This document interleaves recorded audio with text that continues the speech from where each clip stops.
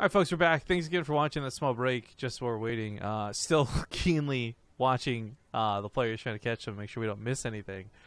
But we actually, Sal and I were talking about something interesting during the break, and that's the dynamic of, and you've heard every streamer you love talk about this before, and even those that you hate, you've probably heard talk about this before. But the dynamic of taking time off of streaming, and you can lose a lot of momentum. You can obviously lose subscribers. It's tough. It's really hard to justify taking elongated periods of time off. I can't remember who it was I was watching that said, was it Nate? I don't remember. They were talking about what, like, the downside of Twitch Prime. And the downside of Twitch Prime is that it doesn't auto-renew. So if you stream a certain schedule and then you want to change that schedule and you take any days off, you could screw your Twitch Prime people. You can. Everybody who subscribes to Twitch Prime might go and watch somebody else that day, and just bullet Twitch Prime with someone else, and you might get nailed. And that was an interesting. Actually, that might be an article I read, and well, maybe it was with Future Man Gaming. I can't remember. And that was an interesting thing to me. I'm glad you sort of mentioned Nate, because I wanted to bring this up too. It really depends what your goals are with streaming. I think it's safe to say everyone's end goal is money to some variety, right? Even if it's not your main goal, it's still an end goal, right? The thing I've noticed more recently, though, and this is coming from somebody who has a channel with large viewership that has netted sponsorships. We've got subscribers. Right. There are channels that have sub 300 viewers who I can tell you assuredly through donations, bits alone make more money than we do. So it is that balance of, like, a lot of people will... Oh, wrong hero. Sorry, I got excited. I saw Root Hero out of game promote. A lot of people get really excited when they get a lot of viewers. I know, God knows, like, it's become weirdly numb for us. Like, 2,000, 3,000 viewers is normal. So I don't actually get as excited about it as I used to be. Right. But the value of those viewers could be possibly the same as the value of 300 viewers, depending how dedicated they are. So even if you're losing momentum, like, because you would mention this during the break, going from like 150 viewers to 100 viewers may have actually had almost no impact or bearing on your stream. It just, you see the numbers and it hurts. And it's hard to ignore. It's not even, so the numbers is like, is directly like related to where you are in the listing. And that's like, it's basically human psychology on how close you are to the top is how likely people are to click on you. Well, so here's the thing though, right? I probably never ever watched a single one of your streams prior to this month. Because Nate, right? When we played pub. Well, not just because Nate, because we played pub. I thought you were a fun guy, so I checked you out type thing. It wouldn't matter whether you're top of that list. I don't watch Stefano. He's normally top of that list, right? Like, it's different strokes for different folks. But I think the list and where you are in Twitch and discoverability, it's not well, but in all fairness, you play the Twitch game. So, like, you're a streamer, both personal and with base trade. So you know that the gem isn't always the top guy. He might, like, the people you want to watch might be lower down. But that's because you know that, like, a lot of your favorite streamers probably aren't big streamers, and that's so you look for people other ways. But it's just more beneficial to be higher up. So that's the momentum part. Well, what I was going to say to that end is, like, it's not wrong. Like, the higher up you're on the list, higher chance someone finds you, like, higher chance that person stays with you. That's true. But at the same time, the argument could also be made, if someone's willing to go that far down the list to find you, and they find you, like, they're more likely to be dedicated. That's a good point. So it is finding that balance in streaming, of course. But quick update to the brackets, guys. We have half of the round of 8 good to go, but unfortunately, none of the round of 8 is good to go. You've got herO, who's been waiting on the top side, beyond which we've been waiting with here. Gumiho down below, and Joxy defeats Innovation 2-0. Holy shit. Joxy actually just won a show match that we threw this past Sunday. It was a 4-player show match, and he came out on top. So he's looking to be in top form with this Innovation victory. We'll see how he does versus either Myungsik or Classic. That's a big win. That is a very big win. That's huge. Especially when it comes to Korea. Korea TVT is like none other. Like, oh yeah, they are the best. Like, yeah.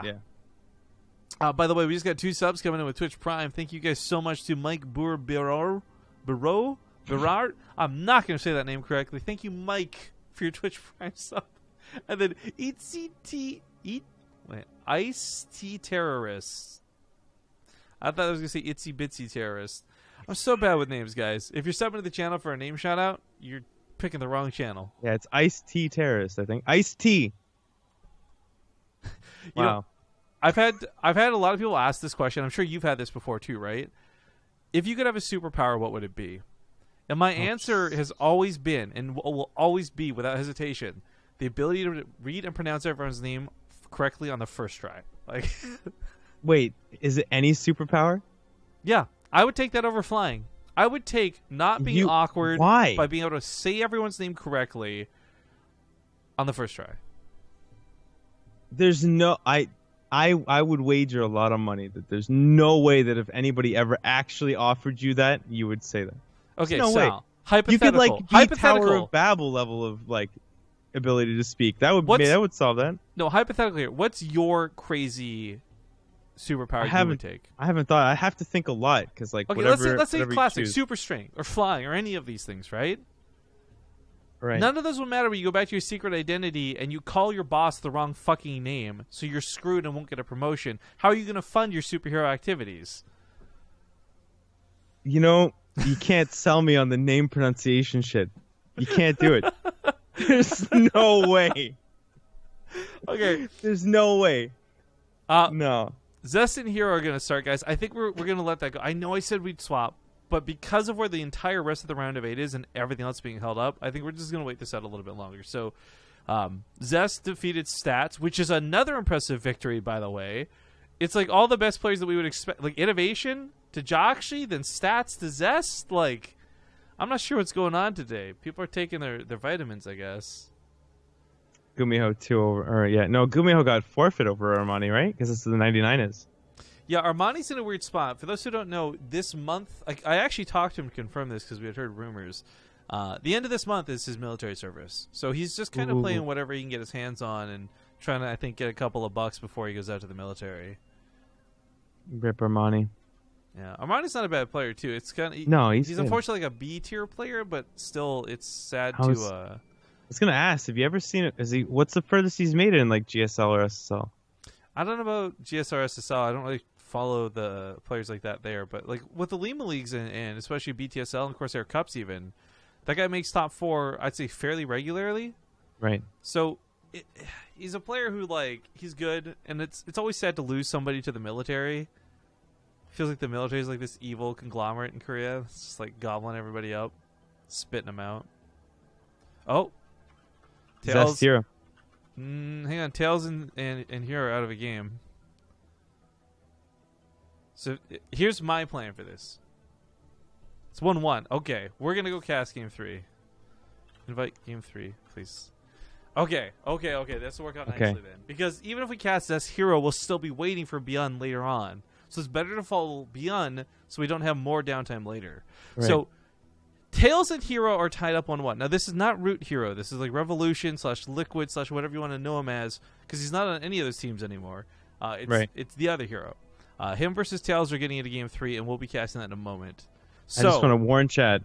I not know what PvP is.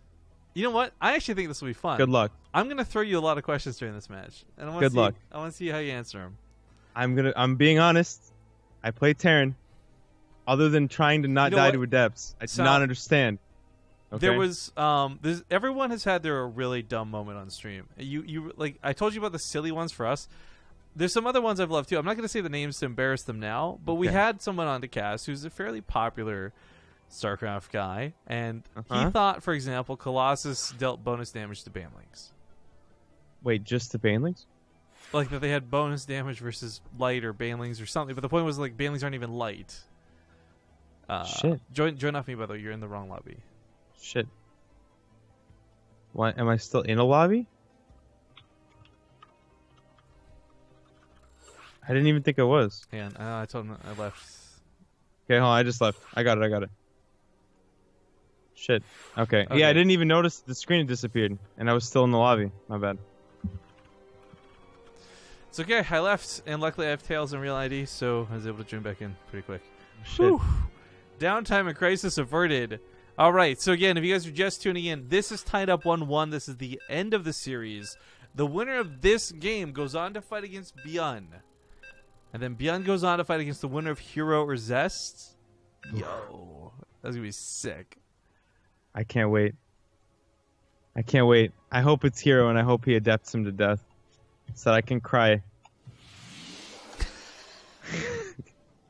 All right, well, ladies and gentlemen, with that statement, we are going to get into map number 3. And quickly, again, for the VOD's sake, we did not cast game 1 or 2. We were waiting and waiting and waiting, and these two popped out of game, so we took it. And in the bottom right, we have the red Protoss, TAiLS. And in the top left, in the blue, we have the long-standing Protoss player, herO. And again, this is the one you guys probably best know as X Team Liquid herO, not the... or Gemini's herO, or... That was what I was going to go with, but I was like, nah, that's just... He needs his own introduction, okay? In not the top GG left, Mini. it's herO. If you scan the barcode, beep, beep, beep, beep, Gemini. Oh, rip. So I know you just said you don't know anything about PvP, but one thing that happens from time to time are cannon rushes, which are unconventional but fucking happening right now. Oh shit! Wait, is TAiLS really cannon rushing herO? He's oh my god! Try and he almost he gets gets the pylon. He fucks it up. Dude. Is that game? I can't. Do we have the longest wait for the most abrupt game 3 of all time? I can't. How do you come back for? He's dropping a gate and 2 gases. How do you come back from this? Oh, I don't know. Try your best, I guess. So, yeah, fast +1 upgrade? Fuck, dude. I honestly don't know. This was a failure of failures, and honestly, I think if this wasn't game 3, this would have been a tap out, move on to game 2, you know, and try and get on with your life. But yeah, this is game 3. So he's got to fight it out. Dude, the thing about PvP, what is 2 in gas? No, yeah, you went 2 and then 1. Now he's like 2 and 1. What is this gas? I don't understand. Well, for TAiLS, I can't tell you because we don't know what the fuck he's doing anymore. But for herO, because he's doing the similar... herO. Yeah, the gas micro. Yeah, like, the gas is weird. Well, the thing is, like, everything Protoss makes is more expensive than Terran, right? Like, yeah, everything. So you need the minerals early on, but you don't need them later. You don't need much gas early on if you're opening with, like, anything that's not quick to Stargate. So I think you kind of layer in the gas to get a couple of extra minerals so you can afford whatever just trying to squeeze in, like, the most even economy possible. Now really, he's 3-2. It's really interesting to see him go for this, though. So, I guess for you, more than anyone else, really, Stalkers are great for the opening because they can actually kill Adepts, but also take on your opponent's Stalkers. The Mothership Core floating across the map this early, though, if TAiLS goes for 2 Adepts, please don't do 2 Adepts, but if TAiLS does 2 Adepts, that Mothership Core sits here freely for a long time, hammering on the probes with nothing left to shoot. Why isn't he starting anything? Oh, he's going... Yeah, okay, there they are, the Stalkers both of them. What was he waiting for? He had money. You know, this Zealot can get a lot done even before the Stalkers finish. The Mothership Core's on the way. The worst thing that can happen, I think, is that he blows the... No, the Stalkers are going to be out now. I was going to say he could blow the Photon Overcharge, and then the opposing Mothership Core could come in right after, but the Stalkers will be out soon. He really wants to bait the Overcharge. I think that's why he sent the Zealot back. Yeah. But now the Stalkers are out, so herO will probably have to recall back if he gets caught. He's going to have to burn an Overcharge, though, because the thing is, even if the Stalkers are shooting the Mothership Core, she can still get about 3 probe kills before she has to recall, most of the time. But these are weakened probes, so it might even be more. But there's the Overcharge. There you go. Now, to go back to the mineral cost of things, like, both these guys did take a Nexus, which is nice, but herO's is down much, much sooner, so they'll be finishing it pretty quick. TAiLS is up 2 workers. That's interesting. Amazing. Well, it doesn't really matter just yet because they're all stacked up on the base. Yeah, but it'll matter. But yeah, herO's got the slightly faster Nexus, so he's gonna be able to turn out a few as well. Plus the extra chrono. Speaking of chrono, trying to get that warp gate finished up here pretty quick. herO's already done with his, of course, but the Immortal production, not so surprising. This is just generically a good unit, right? Like, the barrier can soak hits, it deals a lot of damage, blah, blah, blah. It's the blink I'm really enticed by out of TAiLS because herO doesn't have that coming for him. He doesn't have any tech coming for him, really. And Sport Prism, and does he have any tech outside? No, he's not. Maybe charge? Like, he's got nothing. 4 Stalkers. He's up 2 Stalkers. He could push this and wouldn't have a problem. There's no pylon in range of this Nexus. Actually, yeah, if he went... No, there's an Immortal now. Okay. If he had been poking at it before, he could have gotten some pretty good damage on it. I may have been hoping for the probe transfer too. Oh, he's not getting yeah, in there definitely. now, Oh sure. no, but he could have just pulled it back. All right. Well, as the game slowly progresses that way, I do love that. Oh, I thought that's where the sentries were in the pylon or the warp prism. Excuse me, because that would have been cool having everything on the low ground, force out the ramp, and they have a party in the main. But distracting a little bit so that TAiLS isn't looking at home, and he's certainly not. Big warp in. Oh wow, yeah. With the adepts, he's gonna have 4. And this is gonna be a bad situation for TAiLS. He only has what, the three stalkers, immortal and sentry, and he can't guard both. Second immortal out in sector. Yeah, there's overcharge, but you can split the adepts. Oh, I like this. 2 to the natural, 2 to the main. Yeah. But he can just walk right past, no? He has only 1 more photon overcharge available. Oh, hero's got to pull back the adepts though. Yeah, this is where he starts racking up some of his pro kills. Like you lose the adepts, whatever. You've killed 13 workers in the process. Hero's got an almost 10 worker lead now. Yeah, that's very good. He's 10 ahead. He's still got this war prism and 2 more adepts, and Mama Core is almost to 1 more photon overcharge, but that's it. You can't cover the whole natural like that. I don't agree with the shade, but he's gonna lose the 2 adepts. I think he should have just stayed in the main. Well, his own immortal production kicks up back at home. The +1's getting chronoed out. He's a little bit behind TAiLS in that regard, but I don't really think +1. But his economy is just out of control in comparison. Much higher. In mirror matchups, that's, especially with no mules, it's a big deal. Yeah, I guess Terran's like the one matchup it doesn't affect that much because primarily mules, but also just like the mineral cost spread of things. It is worth noting though that back at home, TAiLS is actually going for the disruptors much faster than herO, who's actually opted to go for a Dark Shrine and charge instead. This brings me back to Protoss in Korea, where like you had everyone emulating the disruptor blink stalker style, whereas Koreans were trying to go for like charge slots and Archon timings to blitz it down before it even got off the ground. This is, that's cool. Like, I don't know. Oh, this is cool. Yeah, he's gonna have the war prism. He's gonna probably build some DTs in the main because TAiLS still hasn't dropped the pylon where herO was warping in from. So actually, yeah, nothing on the left side. Forget the overcharge, just scouting it coming, right? But that Dark Shrine's still a long ways off. He's gonna poke at the front, and he'll have to fall back from this. He cannot commit to a fight. No, he can't. He's trying to bait the. Oh, I like that observer pickoff. How many observers do you have left on the map? None. Ooh, and if you're pumping out double disruptors, you're not thinking about more observers. No. Well, actually, he is. Funny enough. Yeah, he knows he's got to build 1. He needs at least 1. That's a good pickup. That even if he has 1, now if he splits, he's gonna build a cannon in the main. That's clever. Does he know about the Dark Shrine?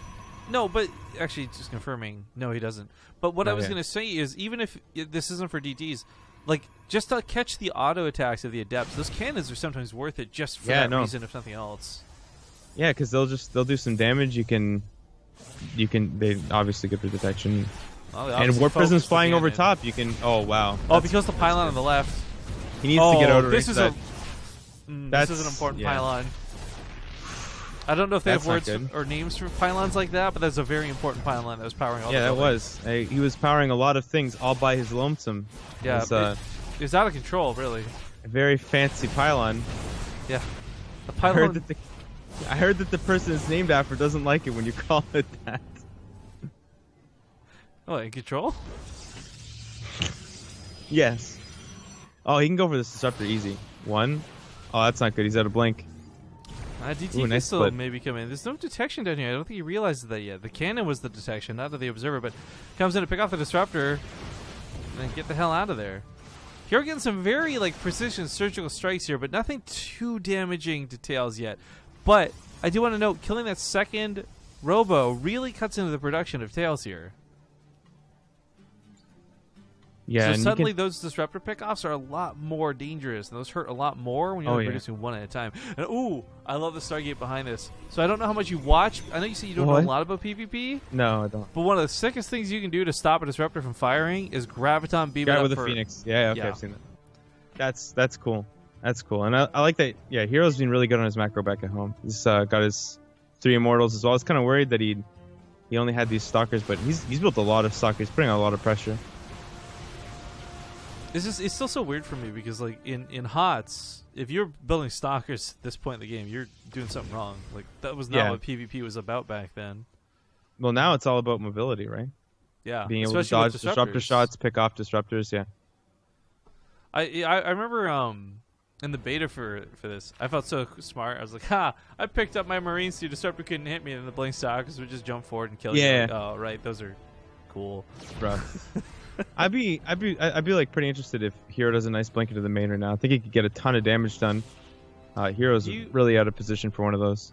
He would have high ground vision with the observer. Yeah, he has it with him. Oh, he's got to pay attention to these stalkers. Well, that's nice, man.